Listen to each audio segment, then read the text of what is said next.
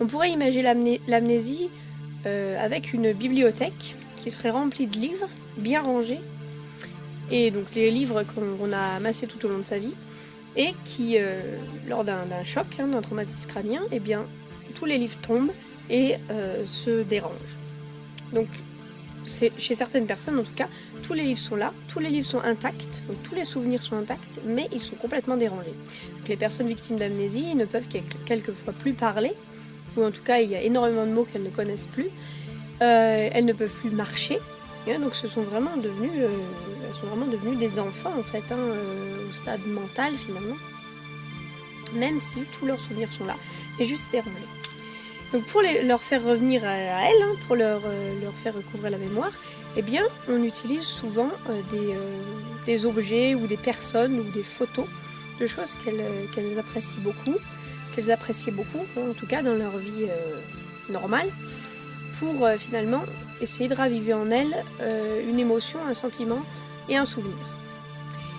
Par exemple, quelqu'un qui aurait comme passion la peinture, eh bien, on lui montrerait ses pinceaux, on lui ferait refaire les gestes parce qu'ils ne se souviennent même plus comment utiliser par exemple un pinceau en l'occurrence. Donc on lui ferait refaire les gestes de la peinture, on lui montrerait les couleurs, l'odeur, tous les sens en fait qui peuvent être mis au travail quand il peignait. On lui remontrerait tout ça et on espérerait à travers ça lui faire recouvrer des souvenirs, en tout cas liés à la peinture. Et puis, une fois qu'il aurait retrouvé ces souvenirs liés à la peinture, eh bien, il pourrait peut-être retrouver d'autres souvenirs. Par exemple, avec qui il peignait, donc se souvenir de cette personne. Et puis, cette personne, c'était, je sais pas, son frère, et donc il se souvient du reste de sa famille, etc. Donc, on utilise des éléments en fait émotionnels pour faire revenir à la raison, un peu j'ai envie de dire, enfin faire retrouver la mémoire à ces personnes-là. Pourquoi ? Parce que ce sont les éléments qui sont les mieux ancrés, les mieux rangés en fait dans le cerveau. On pourrait imaginer, pour reprendre l'image de la bibliothèque, par exemple pour les livres que vous aimiez le plus, eh bien vous les aviez non seulement rangés au bon endroit, mais aussi vous aviez par exemple fait une marque au feutre et peut-être écrit en dessous sur la bibliothèque, il s'agit de tel livre. Et donc, il vous sera beaucoup plus facile de le ranger en fait au bon endroit qu'un autre livre quelconque. Donc, si vous rangez ce livre-là, admettons ce livre sur la peinture par exemple, que vous aimiez tant, parce que vous avez fait la marque et donc ça vous revient plus facilement. Et imaginons que vous ayez rangé en fait tous vos livres par ordre alphabétique, et bien ce sera beaucoup plus facile de ranger tous les autres livres. C'est exactement ce qui se passe en cas d'amnésie.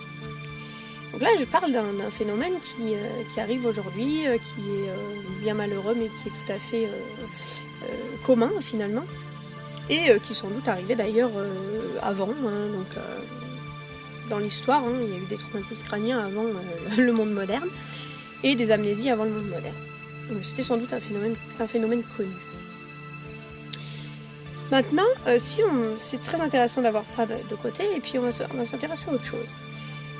Si vous n'avez pas vu mes vidéos sur le culte de l'ours, je vous invite à aller voir, parce que sinon vous n'allez pas réussir vraiment bien à suivre et à savoir de quoi je parle. Mais si on reprend donc le rituel du culte de l'ours, donc en fait si on résume, c'est donc dans notre histoire, donc la tradition européenne, eh bien les enfants de 0 à 7 ans étaient vus comme des êtres pas tout à fait finis finalement, donc avant que les dents définitives apparaissent. Et vers 7 ans, en fait, on imaginait, on pensait qu'ils étaient un peu petit à petit possédés, entre guillemets, par un ancêtre. Finalement, il s'agissait de réincarnation. Et donc, quand ils étaient possédés par cet ancêtre, eh bien, ils allaient aller à travers un rituel qui a été transformé à travers les âges, mais un rituel où ils allaient faire revivre cet ancêtre. Donc, aller vraiment le chercher dans sa tombe.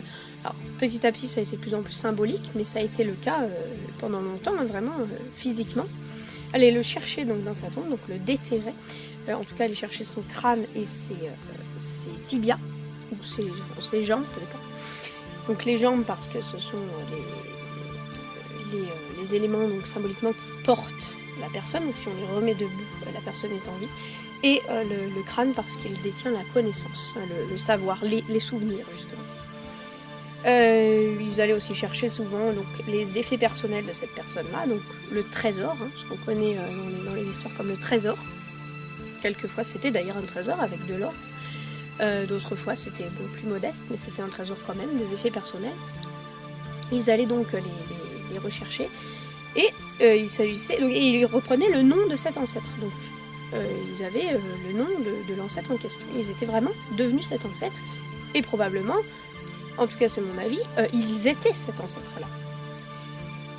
Donc il s'agissait de la même personne qui finalement avait repris le cours de sa vie ou était arrivée dans une nouvelle vie.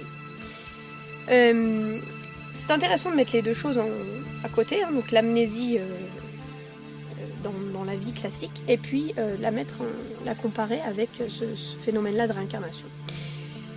Parce que si l'on regarde les mythes, c'est le cas dans à peu près tous les mythes, il y a généralement une sorte de mot de passe ou un nom dont l'enfant doit se souvenir pour aller dans le monde des morts chercher donc l'ancêtre en question. Et c'est très intéressant parce que, admettons, imaginons que je sois une reine très, très puissante, très importante, très riche, et que je meurs. Je vais vouloir me faire enterrer, donc de façon, puisque je crois à la réincarnation, de façon à ce que je puisse venir me rechercher plus tard dans une vie future, peut-être dans 2000 ans, peut-être dans 3000 ans, peut-être dans 5000 ans, peut-être dans plus encore.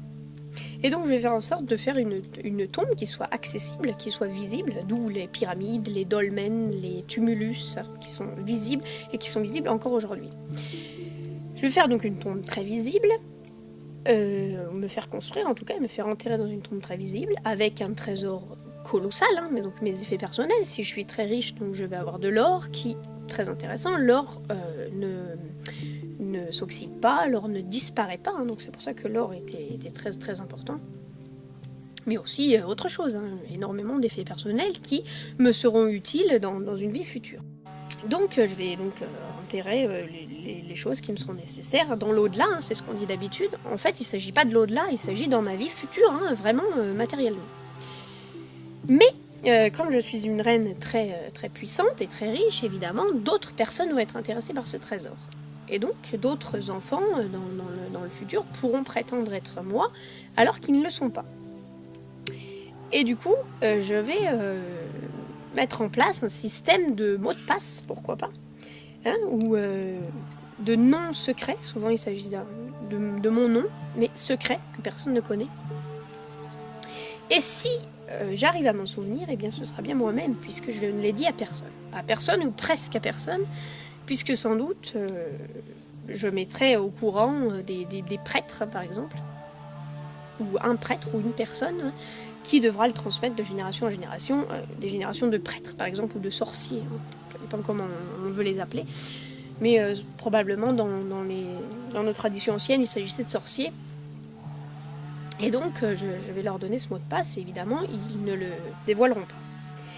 Et donc, quand moi j'arriverai, peut-être 2000 ans plus tard, ou peut-être 1000 ans, ou peut-être 500, je n'en sais rien, mais plus tard, j'arriverai, je passerai à travers ce rituel donc, de réincarnation, et comme je serai moi-même, je me souviendrai du mot de passe, ou du nom caché que j'avais laissé. Et donc je m'en souviendrai dans ma tête et je pourrais le dire à la personne, au gardien de ma tombe par exemple.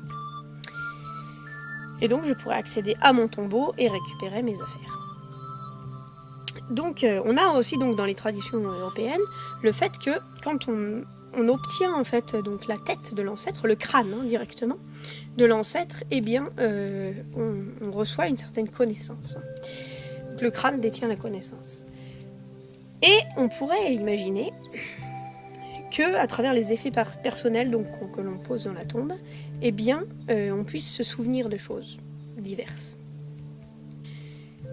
Du coup, c'est très intéressant de mettre les choses à côté de l'amnésie dans une vie classique, puisque pour nos ancêtres, la mort était vraiment que, comme je l'ai dit dans les vidéos sur le culte de l'ours, que comme le fait de se piquer et puis de saigner, c'était pas grand chose, c'était un passage rapide, j'ai envie de dire, et puis on revenait à la vie.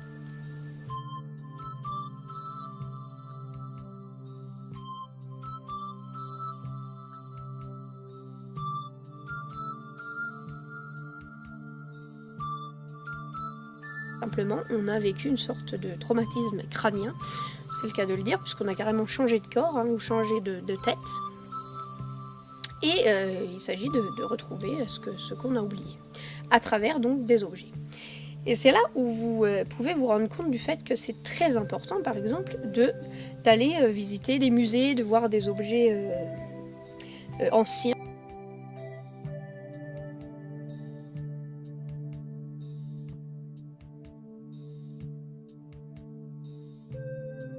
Mais vous allez peut-être avoir des réminiscences finalement. Et ça concerne donc les objets, mais ça concerne aussi les traditions. Donc les traditions qui sont très anciennes, comme Halloween ou Noël ou Pâques ou d'autres traditions.